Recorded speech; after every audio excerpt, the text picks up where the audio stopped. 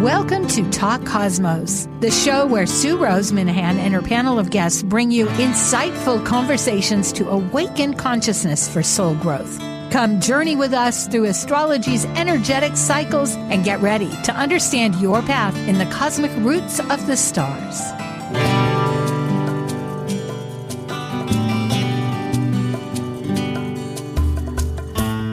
Hello, I'm Sue Minahan. This is Talk Cosmos, and today is still November, of course, right in the middle of it. It's the 9th, and it's Planet Buzz. Now.Chat is on a special mission in Nicaragua for a wedding and won't be here, but I have a wonderful guest who you're perhaps familiar with. He's on another panel. But our topic today will be Jupiter, the great gas planet Trine, after its long voyage of its connection back in 2020, late 2020, with the other gas planet, Saturn. It's really a moment of new context. So let's find out what all that is about, because there's plenty to say. And now we're ready for Planet Buzz. Focusing on perspectives of pattern planet cycle relationships and understanding their archetypal energy consciousness, reflecting through history, current events, mythology, and philosophical questions, these are the members of Planet Buzz.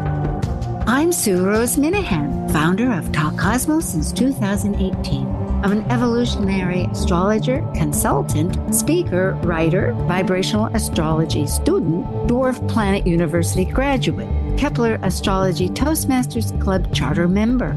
I have a fine arts music degree plus a certificate in jazz. I'm an artist, musician, and certified color energy life coach. Especially, I love mythology and esoteric philosophies. Plus, a special guest who we will introduce in just a short moment. And as the ancient Hermetic code reveals, as below, so above. As above, so below. Yes, ain't that the truth? It is in every fashion, and astrology knows it all the time. Well, let's bring on this wonderful new guest, and that's Rob Passetti. Hi, Rob. Hey, how are you doing? I love this topic. This is going to be such a powerful time here between the relationship between these two planets. Indeed. We've been waiting for it ever since December 20th, 21st, 2020, when they conjunct. And so, yes, I'm excited too. Well, let's show a little bit of the folks who you are. Rob Passetti is in Pennsylvania, and his website is deepearthastrology.com. And pretty soon, I think you're pulling out a wonderful tarot deck that had had issues with shipping. I mean, really. I picked the perfect time for it, let me tell you. Well, isn't that true? Somehow that's the best way of looking at things. It's very true. Yeah. Yeah.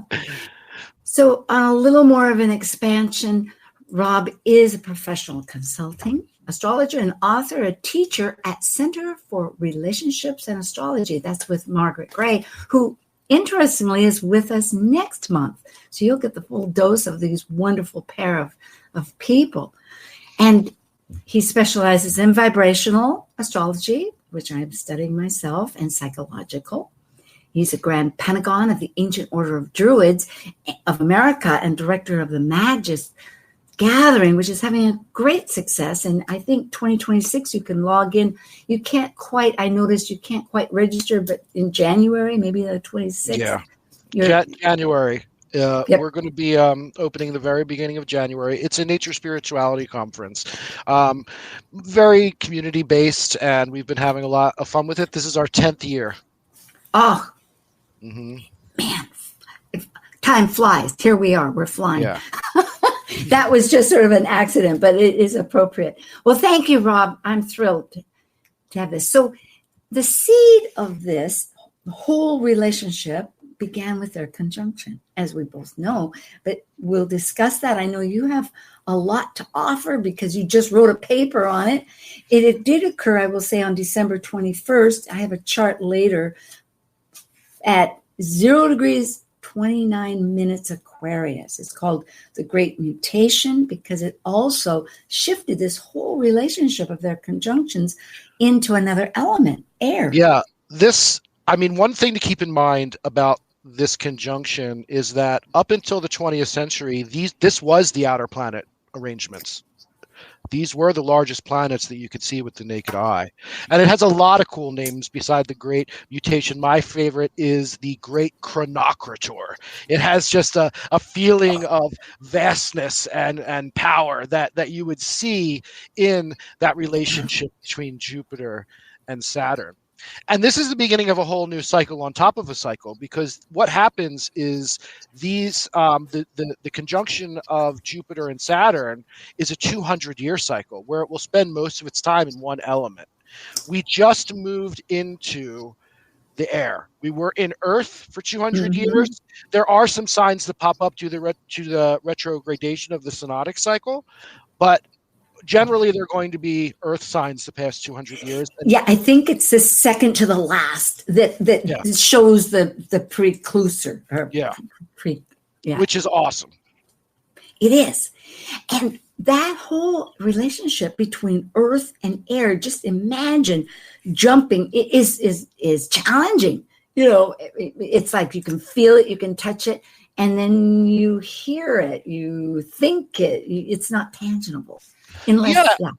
For sure. And, we have to think that, the outer planets are a result of the advancement of technology. And with that advancement of technology, we were kind of able to open communication to a more collective worldwide base. When, before we were able to do that, we have to consider that communities were smaller. Communication was more difficult between tribes and between countries and between towns. So, getting back to this 20-year cycle in this smaller sense of community and collective makes a lot of sense. Yes. In fact, since you're bringing that up, being in Aquarius has been this huge push towards restructuring community and networking and alliances. It's like, who are you partnering with? It's more the beehive approach.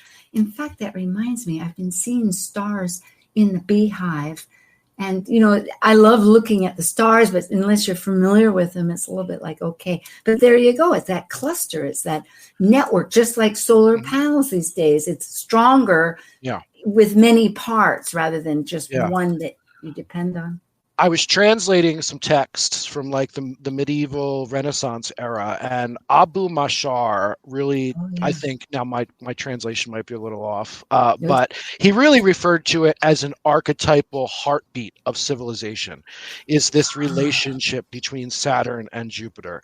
It's kind of that expansiveness where we find meaning, and that restriction where we find discipline. So oftentimes when we see them, meet in a synastry or in a chart together, it's often about metered growth. We actually use that terminology in vibrational astrology as the definition of the relationship between Saturn and Jupiter when they're working together. So this sense of metered growth over time becomes a big concept, and moving through these archetypal facets as well. I love that expression. And it relates so strongly with the whole thing that I'm writing, that's a weaving between some fictional and other metered growth. That's exactly what I was thinking. Because if you have time on an interval, it's that space between. Are there beats or there not beats? Yeah, that's so fascinating. And eventually that's music. So here we had Pluto, which in this particular slide is the one at the bottom with a little heart, amazingly a heart, that appears to be on its side. Oh, rats, I went backwards. Okay. And then we have also Saturn and Jupiter that were in it. So it is this expansion and this limitation, which we again and again are experiencing. Well, shall we look at a chart? Yeah, let's get into it.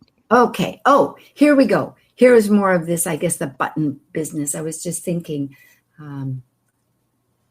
now, why did I put that here? Well, anyway, it's pushing, I guess, the whole idea of, hopefully I didn't put this in too late or too soon, on creativity. It's like, what was the thinking? Like just more. It's Mercury in retrograde. Anything goes, Sue. We're good. But I really like that you put pushing boundaries and solidifying the vision on here, because that statement also acknowledges the tacit conjunction that we have between Saturn and Neptune right now as well, and brings that outer planet energy of disillusion, being boundary-less in this, which adds a flavor, certainly. And as you know, we now get into this situation where it's like this powerful Pisces energy and this powerful Cancer energy working together, and it's amazing. It is. And when I think too, with changes, because everything is retrograde right now, we're experiencing a catharsis of deep emotion, reflecting, because it aggravates some trauma, trying to keep up with the change. Sometimes even when you bring it upon yourself, it's a lot of adjustments. And if you look at like the world astrology or over the past few months, the concept, and I know we're going to talk about one later, but the grand water trine just seems to seem popping up in interesting places from month to month to month, really kind of just returning us to the subconscious, returning us to the inner realm, to the emotional realm. It just seems to be always expressing itself. Absolutely. And particularly too with Pisces and Cancer. One is nurturing, they're both water, one is intuitive, when they both are within the context of psychic, meaning they are having a relationship. That energy has a relationship with source, whatever you call it, universe. It's the unseen. And that can bring up reminders, or besides all the reflection that these retrograde, because it's a multitude of retrograde planets that are all begging for attention. And pulling Mercury, pulling Mercury into it really, allows it to have an intellectual quality. It allows us to not only experience it, but weave it into the fabric of our communication as well. So it's like we're merging our intellect, we're merging our looking for meaning, and we're merging that spiritual authority that we see when we combine the strength of Saturn and the boundaryless of Neptune. And they're in this grand water trine that you had mentioned right here. Yeah. And with the idea that Mercury, and we'll see it right here, is conjunct. Now in this chart, it's a biwheel, and it on the inside, it is first relating to the seed that we were talking about with the conjunction. So that's that purple up at the top on the inner with Jupiter and Saturn with a tiny circle. And then, and this is partly for our folks out there that are listening, on the outer will be 2025 is a Scorpio new moon. And it's over on the 8th house, which is extraordinarily powerful new moon. Okay, so let's, for the listeners out there, let's just take this to a solar system level. What you're seeing during this new moon is a perfect alignment between Earth, the moon, Mercury, and the sun. So imagine those four planetary bodies in perfect alignment at the time of the new moon. And it is a Scorpio new moon. It's going to be about going into the depths. But the thing about going to the depths is that we usually equate that to just an emotional experience. But by Mercury being there, this is a Cazimi, by the way. This is under 17 minutes is where the conjunction is. And Bernadette Brady used to call this a portal point. I believe it. I love it. Yeah. So, this kind of allows us to not only go deep, but also allow our intellect to go deep and marry the intellect with the emotional world. Yes. It is.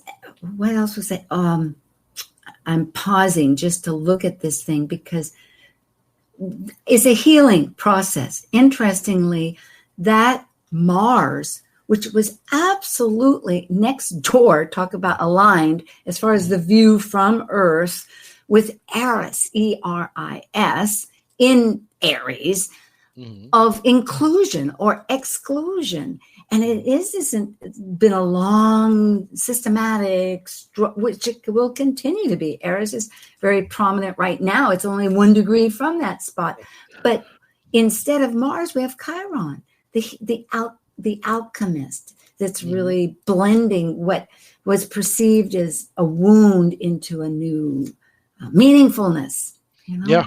And during a Scorpio new moon, who is the traditional ruler of Scorpio? Mars. Where is Mars right now? It's on the bending of the nodes. It's moving into that, So, I always equate Mars in Sagittarius with the more primal aspect of Sagittarius, whereas Sagittarius as a sign is the only sign that both combines the man and the beast. It's the centaur. When we're in Mars, we're always connecting to that more cardinal nature of ourselves. So I see this kind of as being like a hunt for our destiny, a spiritual hunt for our destiny being revealed by this new moon that is the Cazimi of Mercury in there, tying our deepest emotional realm to our intellect and moving forward. And that, can we be healers here? That's the real question that with what's going on with the transits, with that Chiron on top of the Mars. It's, are we wounded or are we the healer?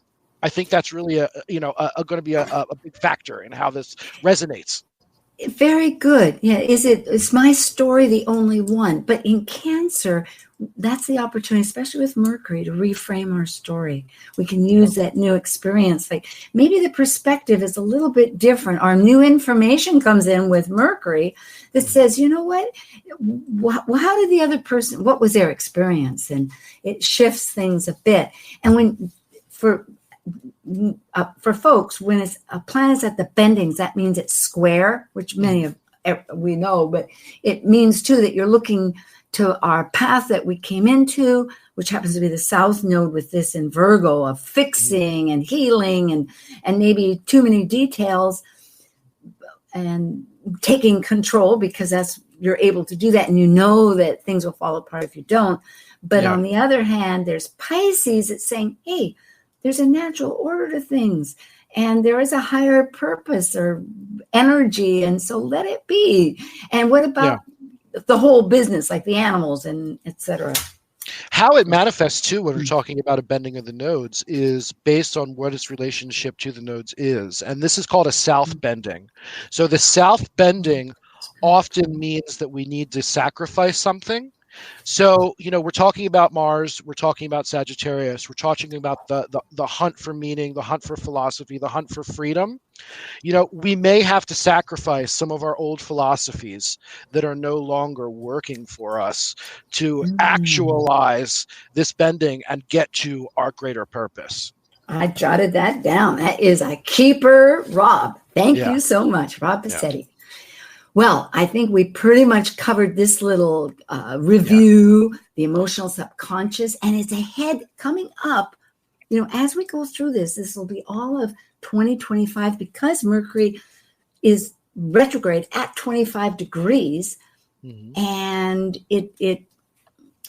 and our Mercury is 24 degrees. So I think the next slide shows that.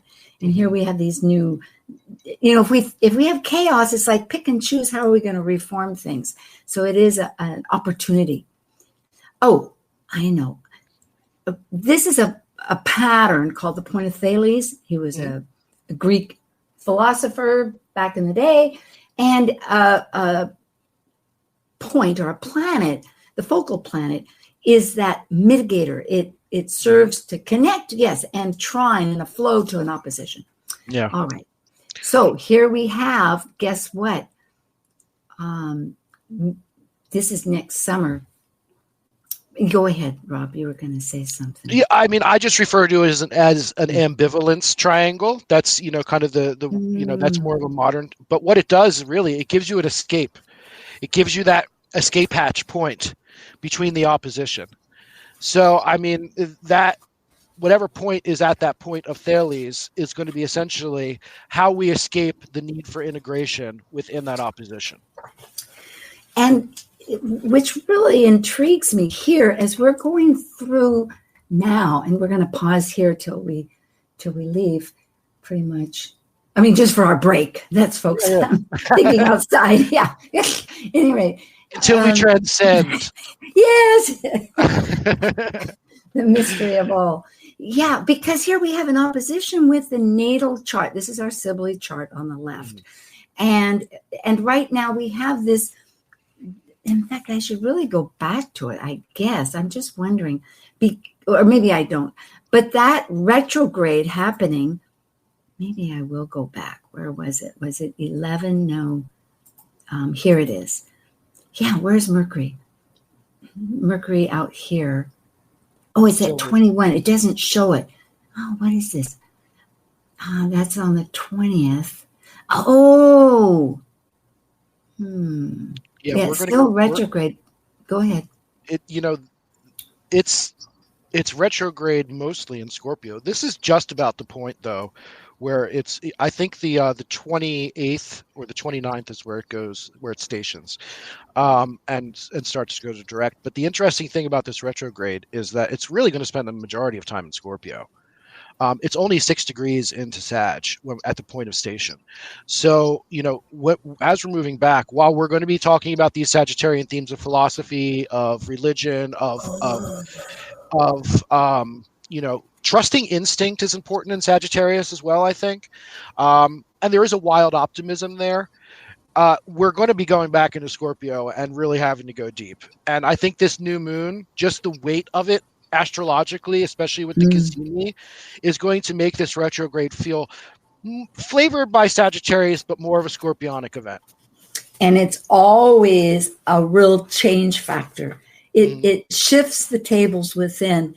I reflect back, experiencing them. It's like, whoa, that was a deep dive. And the beauty of it, there is treasure, as they say. Once you go through it, it's sort of like a new gem to hold.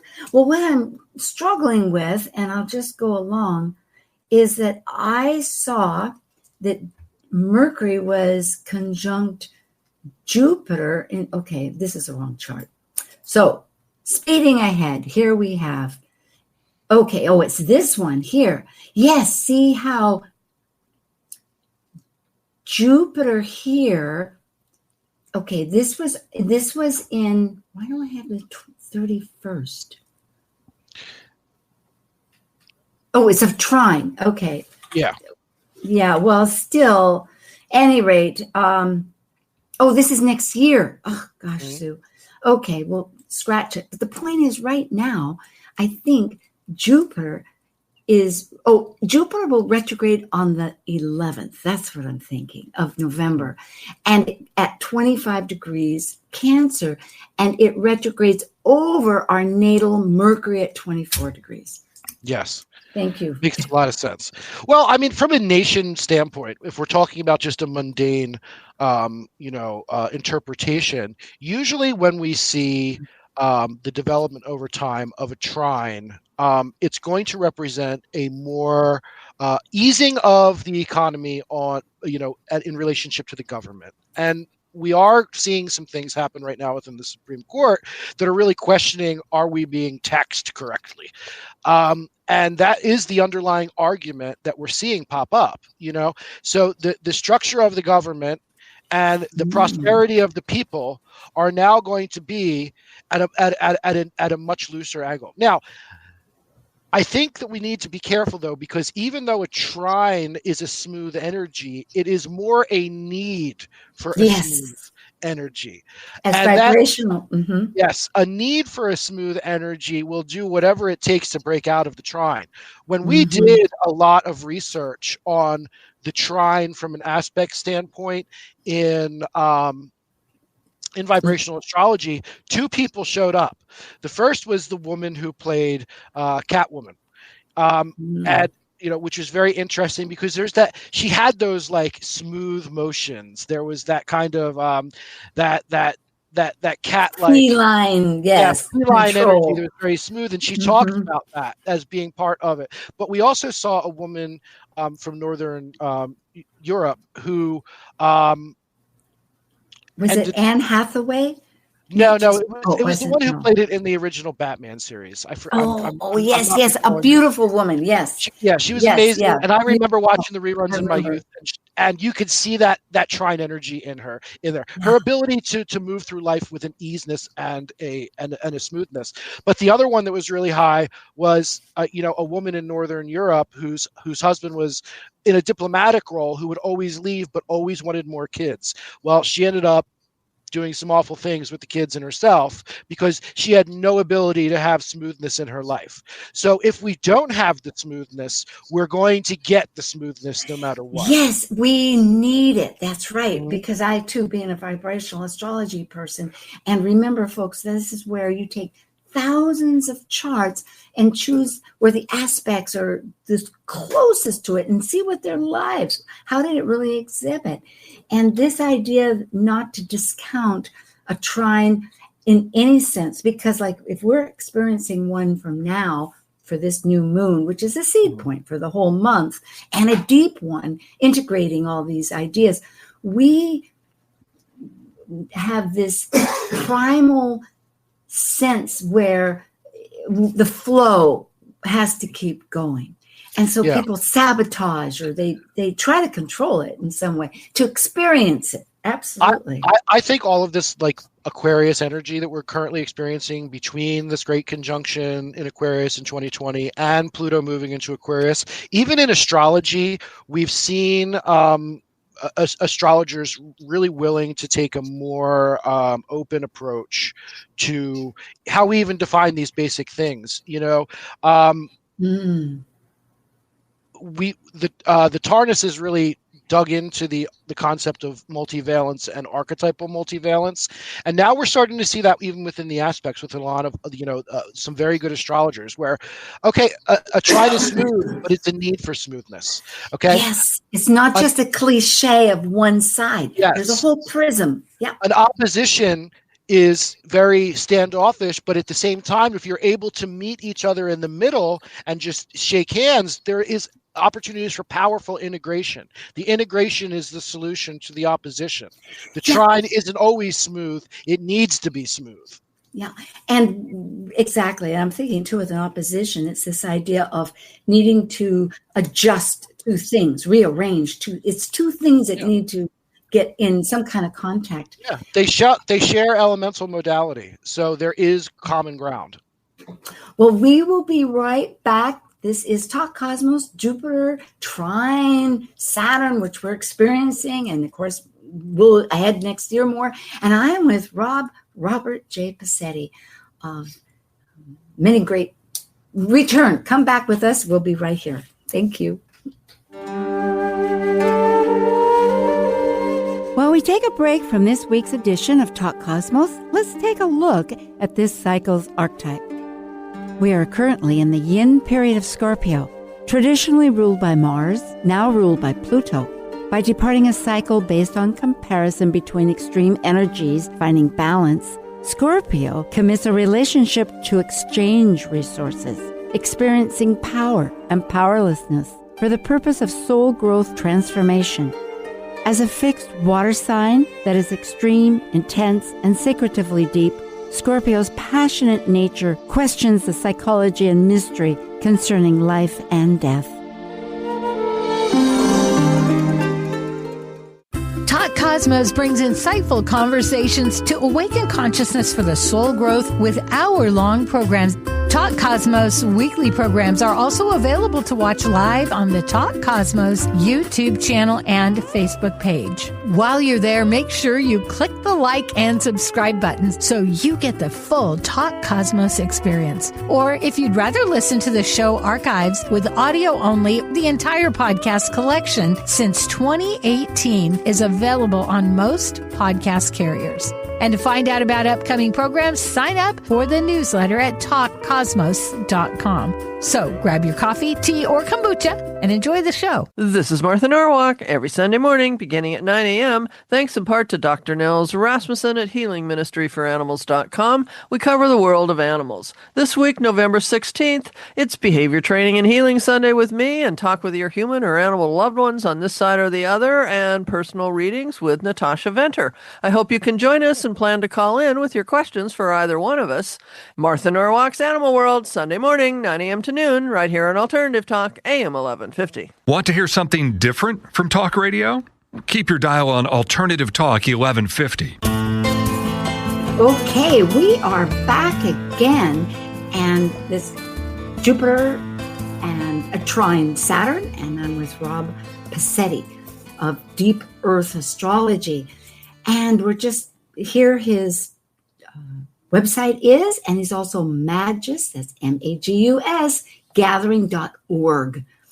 And you can email him at Deep Earth Astrology because that tarot deck is coming out. What's the due date? Do you have one possibly? Yeah, we're open. We're going to start selling it at UAC this year, so you'll be with me. I love it. Okay, Yeah. well, I'll pre-order for sure because I've seen the artwork and I know it's really very strong. So Yes, that's super.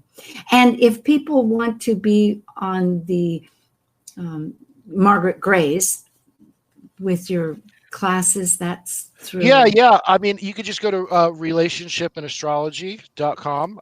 They're opening up the third level of synastry classes, and there's some really great people coming. I know, like I'm a big fan of Alex Chernoeth. She's coming in to teach a little bit.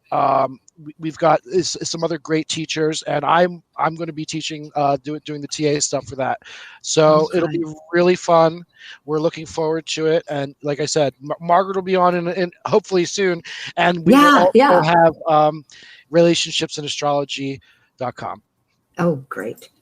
Well, for Talk Cosmos, there are a potpourri of different ones where we've been examining 29 to 0 degrees because we're experiencing that for a whole year and presently, and of course Neptune itself.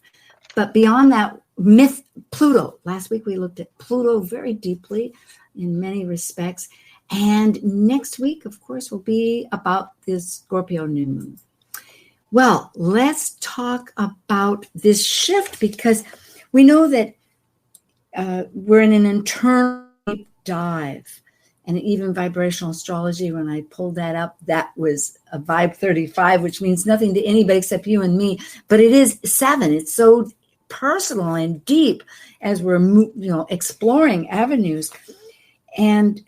But the big thing I'm thinking on that scale is that we're moving from an action sign, which cardinal Cancer is, instinctive for protection and so many factors, to an immutable sign in Pisces, to a fixed sign and action.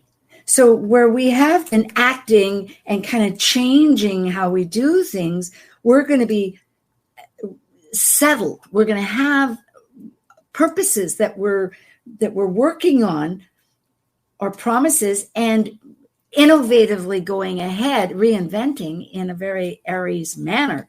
It's a huge change. So this is what this reflects here, is the fire and the planets involved, Saturn and Jupiter. Well, I think Jupiter in Cancer is really about building that cosmic egg around us. It's about having that kind of wall of protection, and inside it, we keep our family, both chosen and inherited, our tribe, our emotional realm, and really the story. I mean, we have to consider that the summer equinox is Cancer. Okay, that is when we technically receive the most light, but we then pass it on to Leo, who can use all of that nurturing and that archetypal cosmic egg, that strength that we've cultivated, almost like the chariot, to move forward into a sense of self-actualization. So where we were really building our structures and, like you said, our protection in Cancer with Jupiter, which we also have to keep in mind, Jupiter is an exaltation in Cancer. Not all Jupiter is about luck and money. A lot of it is about finding an expansive sense of nourishment within our families and our tribes. we're going to be able to alchemize that from water to fire, where we now use this as a vehicle for self-actualization. And I'm sorry, Saturn in Aries is just going to be able to help that, because we're not going to be as restricted or confused as we are in Pisces. Trying to gather all the points, the whole cosmic egg, as you said. And I think you say solstice rather than equinox. I'm sorry. Yes, sorry. I'm sorry. Yeah, yes, sorry. Yeah, that's okay. No, I hear it, because you're very grounded with those signs. But I love this terminology of bringing in, which I believe too so much, alchemy, because alchemy, I've learned to really associate whenever I think of Chiron, because it was wound to healer to and mastery, all of that. But alchemizing through the self-actualization from being nourished by our family group, whatever it is, that one that we choose. So often it's not our natal one, it's one of our findings that relate to our headspace, you might say, our soul purpose, which is very And we're really existing. Everything that's happening right now is existing underneath this minor grand trine between Uranus, Neptune, and Pluto. Yeah. So, while we're seeing that shake up a little bit, because Pluto went direct in Aquarius, Pisces went retrograde back in, Neptune went retrograde back into Pisces, and Cancer is and Uranus is also now in Taurus. The modalities are a little shifted.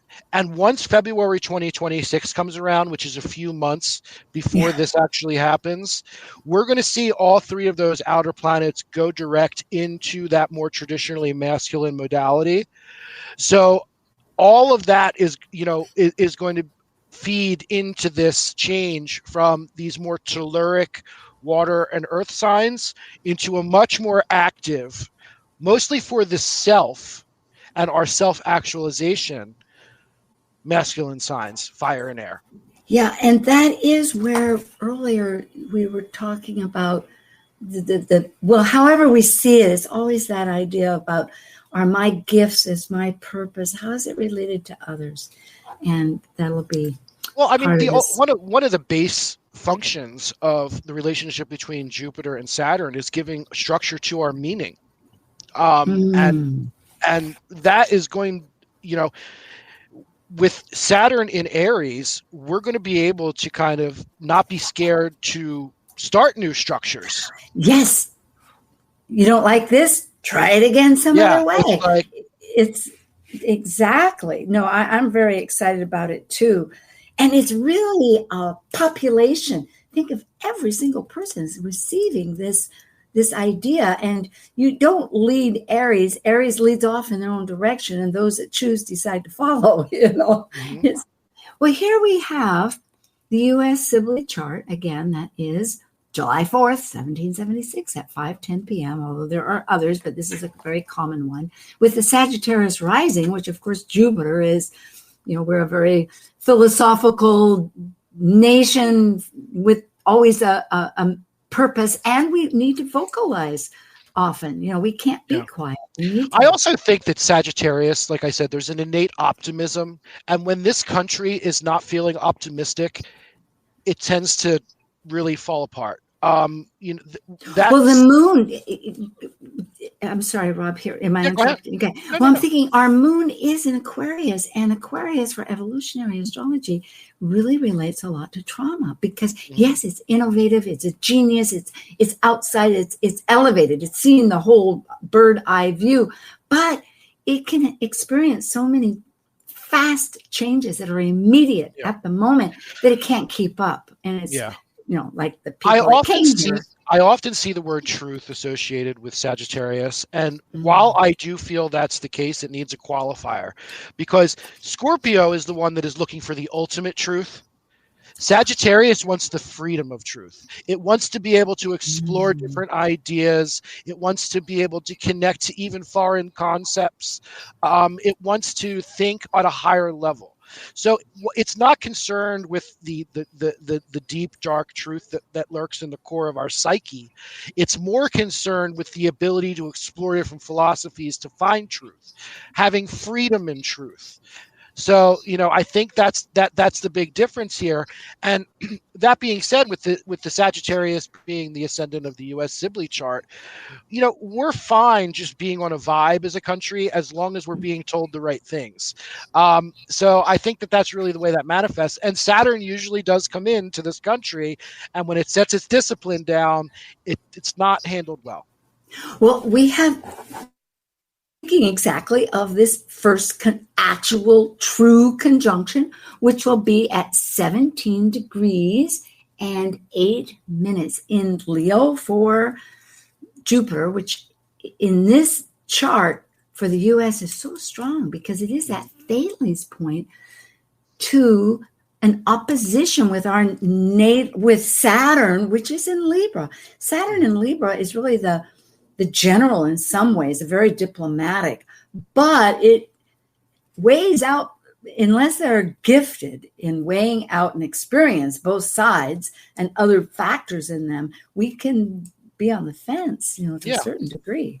And, of the point of Thales here, I mean, we're talking about Saturn. We're confronting We're confronting institutions. We're confronting our own personal sense of what is justice and how is justice applied to us. Yes, ethic and justice. Yep. And that Jupiterian quality in Leo, it's not, that is our escape mechanism. That is the way that we kind of get out of that confrontation between Saturn that is having with itself. I mean, that's really what's happening. What is authority? What is government? What is structure? What is discipline in this country? Well, you're going to have a whole lot of people that are going to be experiencing that energy of Jupiter and Leo, wanting to focus on their own self-actualization and not be under this auspice of Saturn kind of pushing against us. They figured out their direction. That's Leo. It's manifesting. It's that dream of creativity, and it rules children. It rules creativity itself, any project, any ambition. And if we're doing a lot of change, that's always opportunity for new inventions, new activities, some kind of business. And listen, it might be a little bit of a loose orb, but I mean, that Jupiter is going to be trine our ascendant. So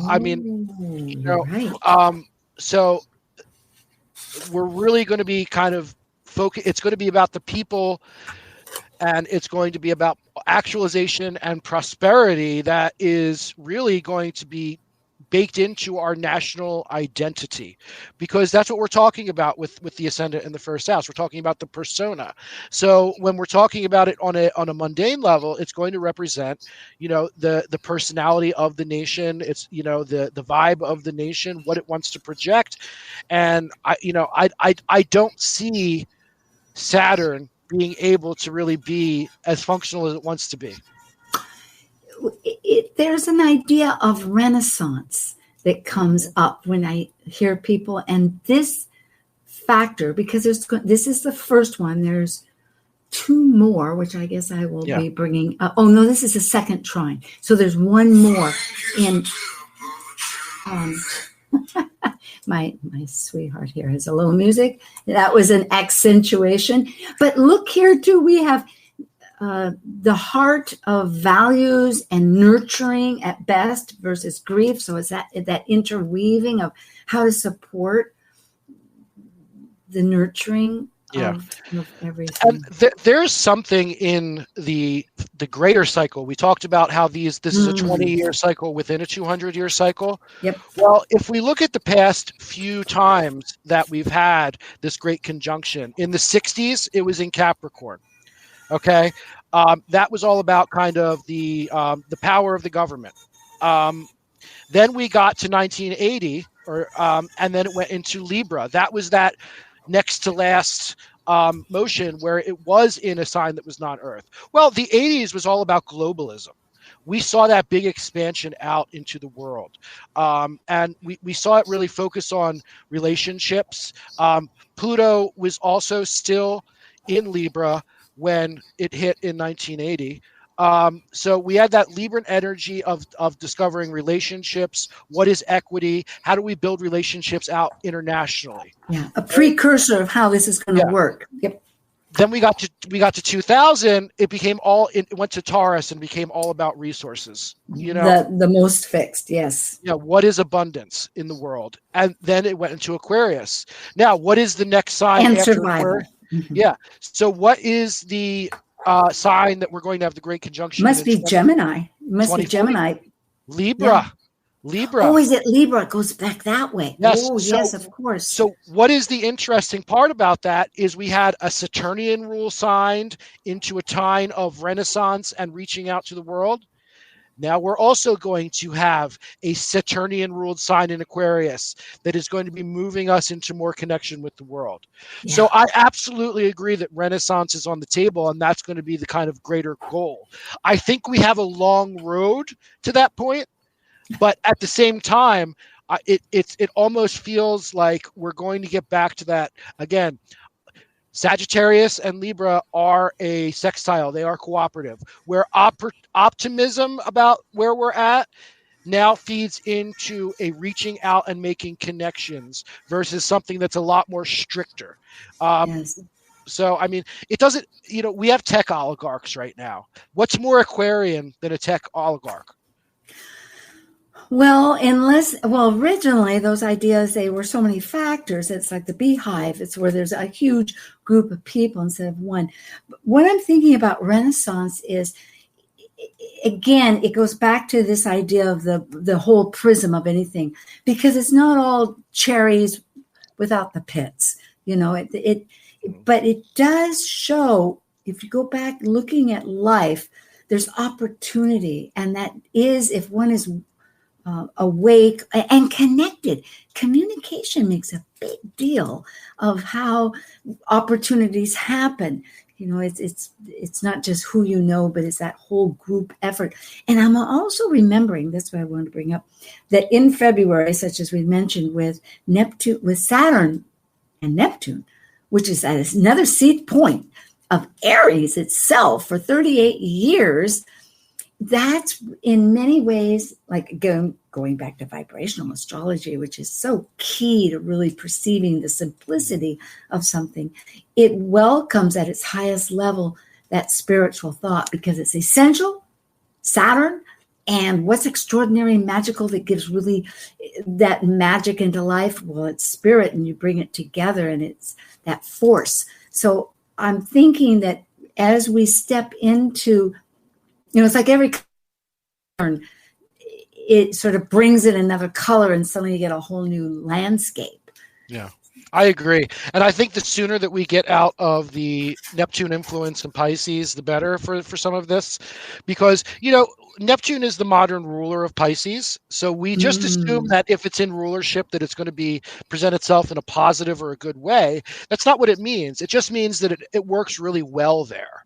And Neptune likes to remove boundaries. It's the spiritual soup. It's everything all at once. And Aries is the exact opposite. It's not complicated. It just is what it is. And especially when we're talking Saturn moving into it as well, that is going, Saturn to me, a lot of times is the word no. And moving into Aries, we're going to be able to aggressively say no. Another thought, when you were talking, I remembered that the nodal axis changes. So when we get this second trine, which will be in 2027, we still have to get through 2026. And it's really a year of trines, but it will have the south node in Leo, which brings me to the third one, because look at this. We have it's not quite a nodal return, a nodal reversal, but that will be in 2 years. This will be 27. So on October 31st, because we just had Halloween. Well, I mean, we also have to just keep in mind that, to get back to the next trine, we're going to have to pass through some quincunxes, add some squares, so I mean, it's not just going to go from trine to trine. We're going to have a lot of tribulation in 2026. Yes. And I don't that's what I meant by the cherries. It's got the pits too. Yeah, go ahead. It does have the pits, and that's happening really. I mean, I think from like February 2026 to the middle of 2027, because the other thing to keep in mind about this is Pluto's out of bounds until like 2020. Yes, and the moon. They have this 10-year orbit that they've come in and go out. Yep. So when a planet is out of bounds, it does not work any longer within what we call the solar order. It's not really too concerned with fulfilling its traditional role within the solar system and within that archetypal ring. It will act in ways that we've never seen it act before because it is out of bounds, and it really is.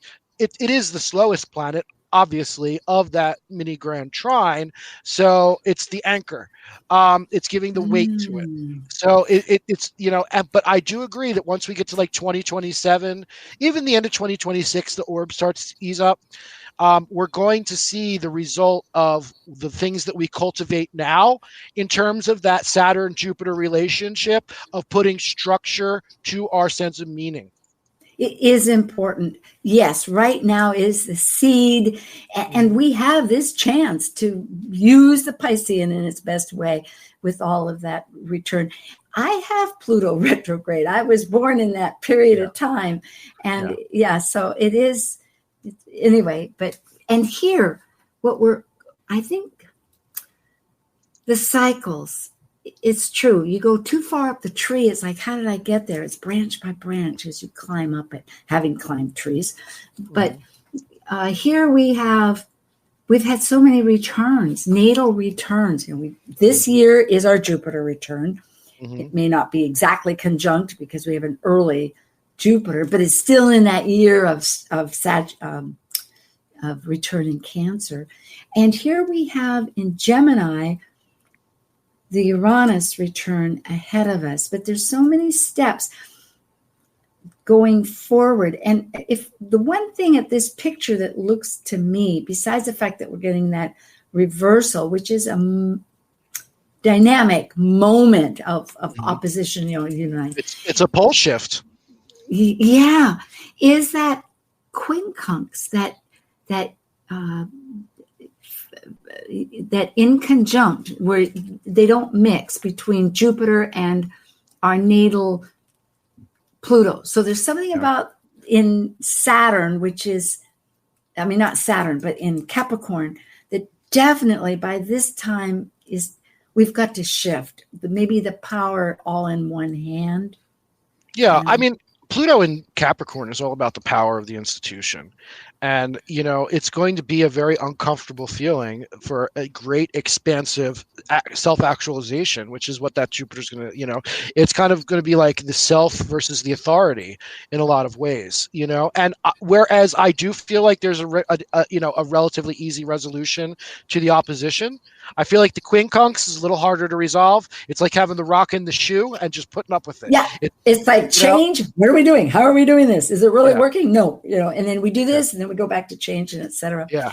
And then ahead of that, of course, is another, it's 18 months for a nodal axis. So we have that one in Leo Aquarius ahead, which is going to coincide with the US. But we also have Jupiter plowing every year ahead. And so it cycles and cycles. And that's where it's of service. So the better side of me, the optimistic side, I do like a little optimism. It keeps me moving. As long as, which it is that. But going backwards to remembering the reality, the sobering reality, too, of there are boulders in the shoes or in the path. And it is our perspective that really makes the difference, and our unity with people. Yeah. So hopefully that's going to change. I have a Jupiter in Virgo. It's considered to be not a great placement, but it's expansion through service. And after we've gone through that Jupiterian in Leo period where it's all about self-actualization, getting out of ourselves and getting into finding meaning through service, I feel is going to probably be a necessary thing that we're going to have to go through. Yeah, I have Saturn in Virgo. Yes. I do too, yeah. Yeah. Oh, boy. Yeah, no wonder yes. And it is really often with Virgo. I was hearing somebody bellyache about between the Leo and the Virgo, and it was in a class I was taking. And it came to mind that as one's giving service, we have to remember the purpose of it and the why of it, and is it really answering ourself? Because if it's not, because at some point you want some kind of acknowledgement that, hey, you're doing it. I agree. Well, I had so much fun. Thank you for having me. This has been a blast. I've really enjoyed this. Oh, Rob, you're a heart sent for the heartbeat of all this meter difference. So, folks, thank you so much, and definitely watch us next month. But may your retrograde bring you just what you need. And Rob, I'll see you again. Yes. Okay. Thank you, everybody. Thank you for joining an insightful conversation on Talk Cosmos, the show where Sue Rose Minahan and her panel of guests awaken consciousness by connecting soul growth patterns with astrology's energetic cycles. Be sure to tune in next week, same time, same place, to continue your journey through the roots of the cosmic pathway.